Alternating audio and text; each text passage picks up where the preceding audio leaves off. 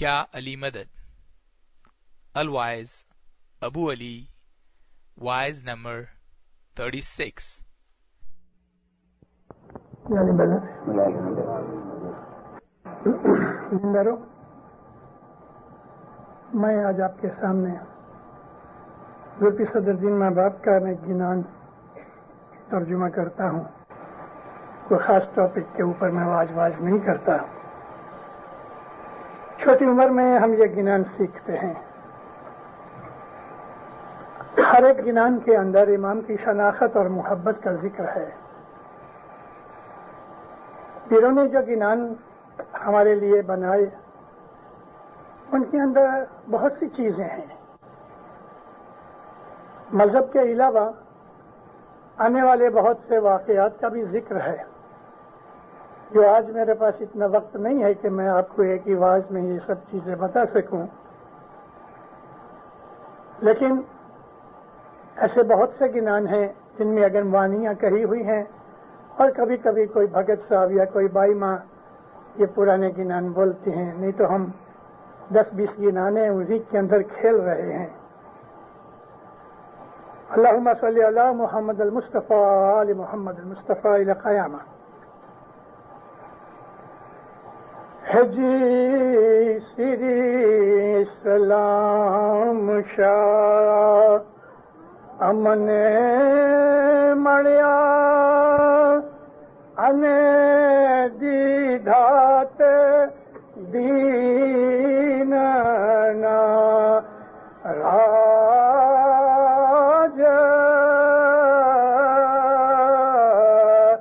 الکھ روپ اور کھاویا تینے ساریا ہمارا کاج. مولانا حضر امام پہ صلوات پڑھو. امین. اللہم صلی اللہ محمد. یہ جو شبد، یہ جو لفظ شری ہے، سنسکرت کے اندر، عربی کے اندر اس کو حضرت کہتے ہیں. ہم انگلش کے اندر اس کو سر بھی کہتے ہیں.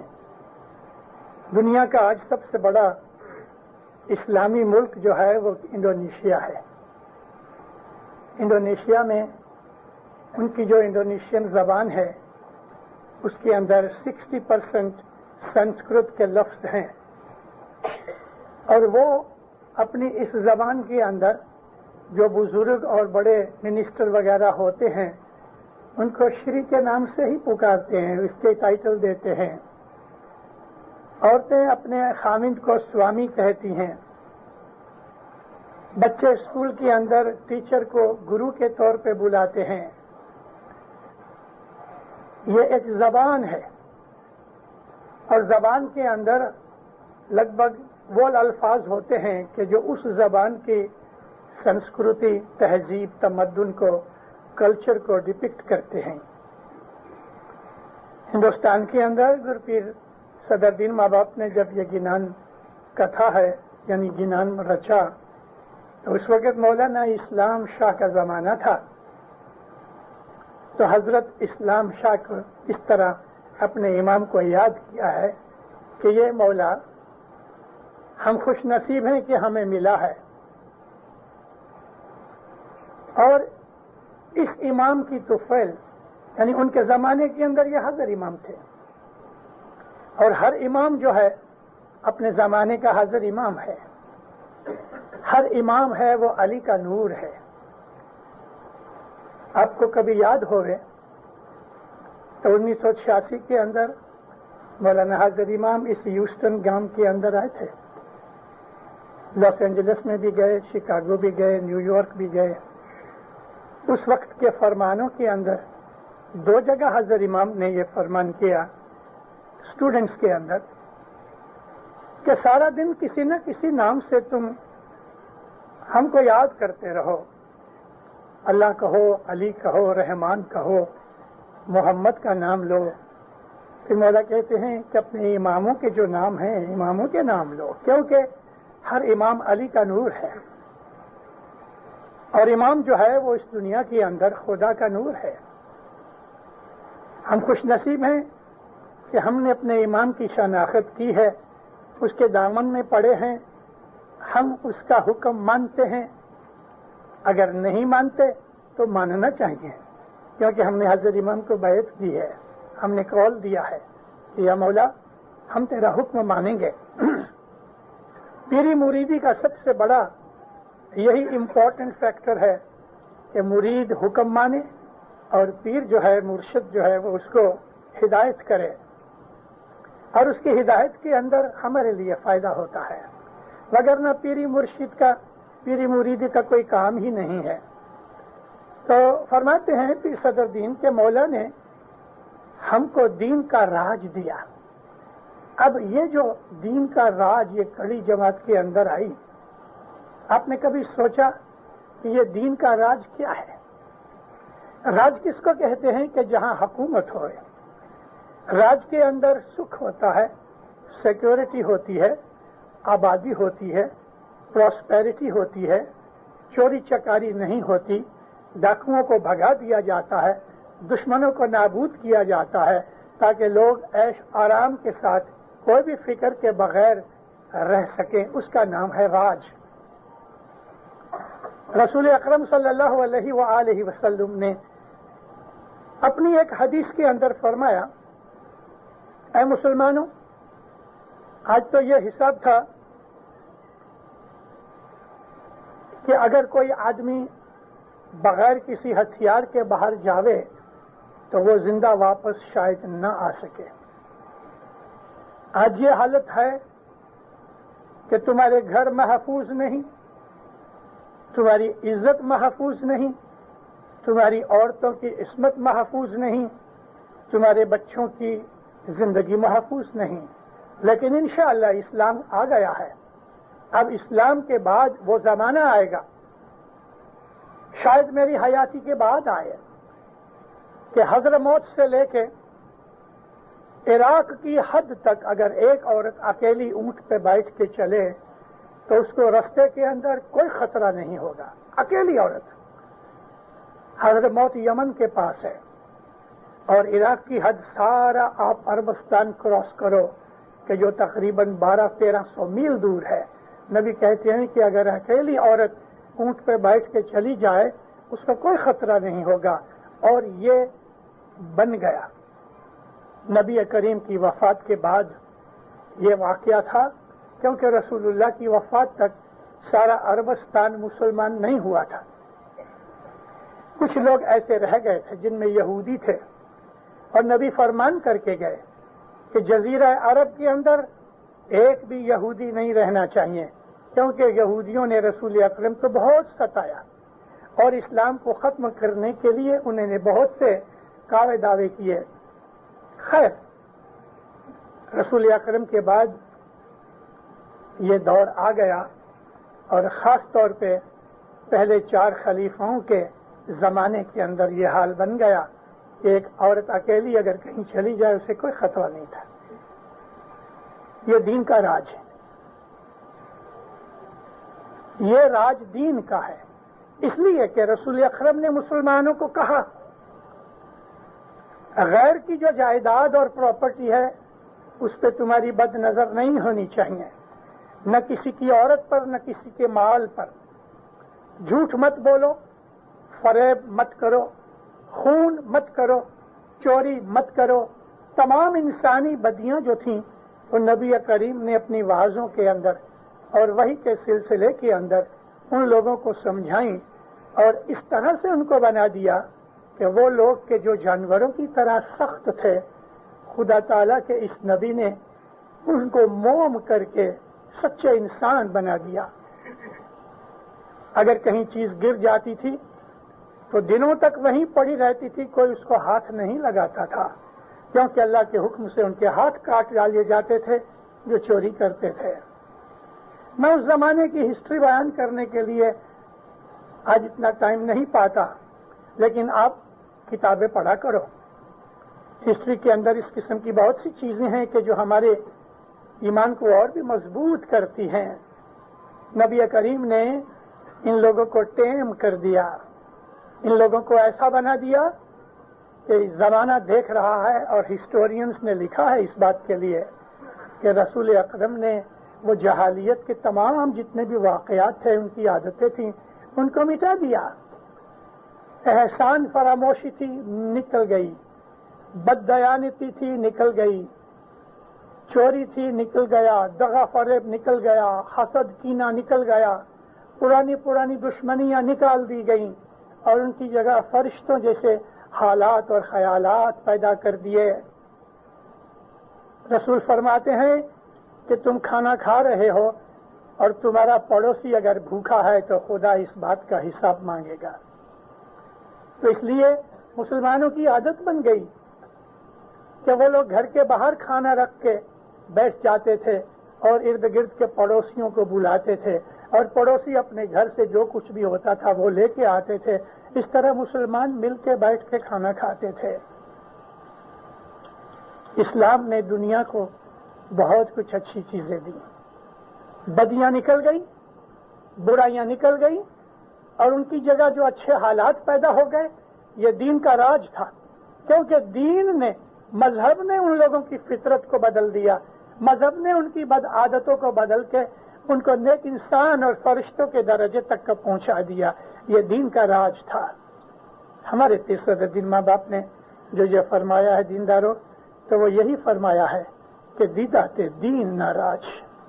دین کا یہ راج ہے ہمارا اسماعیلی مذہب. حضرت امام ہمارا راجا ہے، ہمارے دلوں کا بھی راجا ہے، ہمارے بدن کا بھی راجا ہے، ہماری ملکت کا بھی راجا ہے، کیونکہ ہم نے بیعت کر کے جان و مال سب کچھ حضرت امام کے قدموں میں ہم نے سونپ دیا ہے.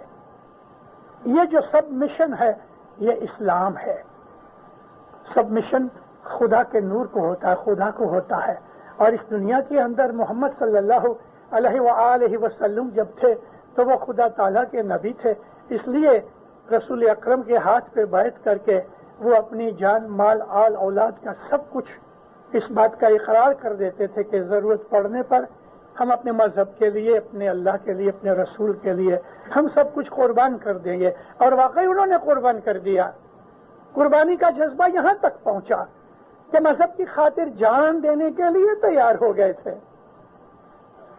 میں آپ کو چھوٹا سا واقعہ بیان کروں کہ کس طرح سے انسان اور اس زمانے کے لوگ جو وحشی لوگ تھے کہ جو چلتے ہوئے بیل یا بکری کو چھری مار کے تھوڑا سا گوشت کاٹ لیتے تھے، کچا گوشت کھا جاتے تھے، بھوک لگی تھی اس لیے. ارے وہ جانور تڑپ رہا ہے، اس کا ان لوگوں کے دل کے اندر کوئی رحم والا خیال پیدا نہیں ہوتا تھا. اور کسی کو قتل کر دینا ایسا تھا کہ جیسے کسی بکرے کو ذبح کر دیا. ان لوگوں کے اندر ایسا جوش و جذبہ پیدا ہو جانا ایک کرامت کی بات تھی. بدر کی لڑائی کا اعلان ہوا.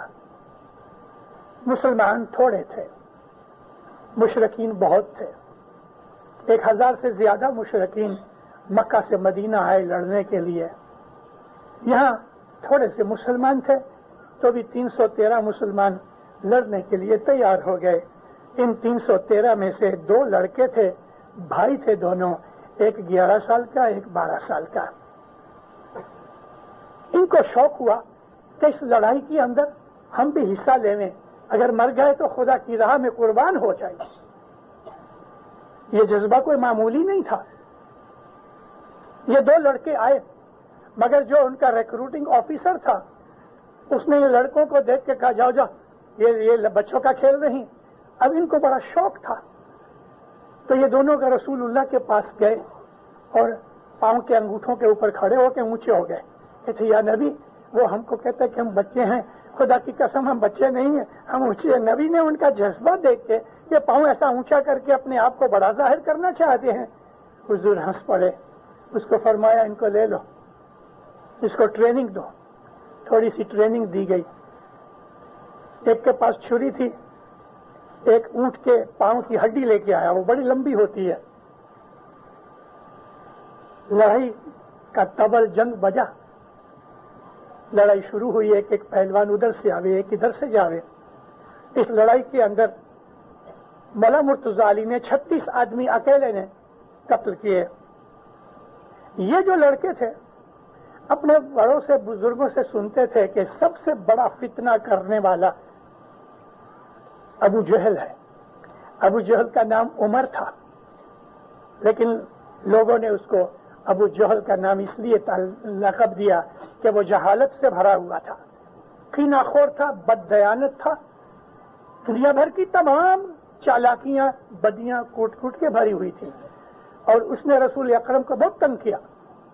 یہ بچوں نے سوچا کہ ہم دونوں مل کے اس بوڑھے کا خاتمہ کریں، تو گھومتے گھومتے گھومتے دشمن کے لشکر کی طرف چلے گئے اور ایک کھجور کے درخت کے نیچے ایک بوڑھا بیٹھا ہوا دیکھا. تو کسی دوسرے کو پوچھا کہ اس میں ابو جہل کون ہے؟ تو کہا وہ درخت کے نیچے بیٹھا ہے.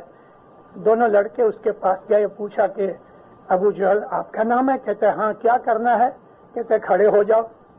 مجھے بولو کیا کرنا ہے؟ کہتے ہیں آپ کہتے ہیں کھڑے ہو جاؤ.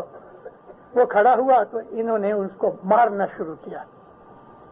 اتنا مارا اتنا مارا اتنا مارا، اس کی زبان باہر نکل آئی، آنکھیں اوپر چڑھی گئیں اور یہ سمجھے کہ یہ مر گیا. لڑکے بڑے خوش ہوئے اور بھاگ گئے. اب اس درمیان میں حضرت امیر حمزہ جو حضرت رسول اللہ اور مولا علی کے چاچا ہوتے تھے، بڑے بہادر تھے، ادھر سے نکلے گھوڑے پر، کیونکہ اس وقت تک حضرت امیر حمزہ کو پتا نہیں تھا کہ مسلمانوں اور کافروں کی لڑائی ہو رہی ہے. تو حضور نے دیکھا تو ابو جہل سویا پڑا ہے، تڑپ رہا ہے. اس نے دیکھا، کہتا ہے حمزہ میں تجھ کو خدا رسول کا واسطہ دیتا ہوں، مجھے مار ڈالو. ارے تم تو پہلے ہی مرے ہو، اور ایسے حالت ایسے آدمی کے اوپر میں وار کر کے میں اپنی بہادری کو بدنام کرنا نہیں چاہتا. کہتا نہیں مجھے مار ڈالو. لیکن کیوں؟ کہتے مجھے 2 لڑکوں نے مارا ہے، تاریخ میں یہ لکھا جائے گا کہ مجھے لڑکوں نے مارا ہے. میرے لیے یہ شرم کی بات ہے، ڈوب مرنے کی بات ہے. حالانکہ مر رہا ہے پھر بھی کہتا ہے ڈوب مرنے کی بات ہے. اگر تم مجھ کو مار دو گے تو یہ لکھا جائے گا کہ امیر حمزہ جیسے طاقتور شہزور بہادر کے ہاتھ سے مارا گیا ہوں. لیکن امیر حمزہ نے ان کو نہیں، اس کو مارا نہیں، کسی اور شخص نے یا مار دیا یا خود ہی مر گیا. لیکن ابو جہل بدر کی لڑائی میں 2 لڑکوں کے ہاتھوں سے مارا گیا. یہ قربانی کا جذبہ ان 2 چھوٹے لڑکوں کے دلوں میں اللہ رسول کی محبت کی وجہ سے تھی. اس کا نام ہے دین کا راج.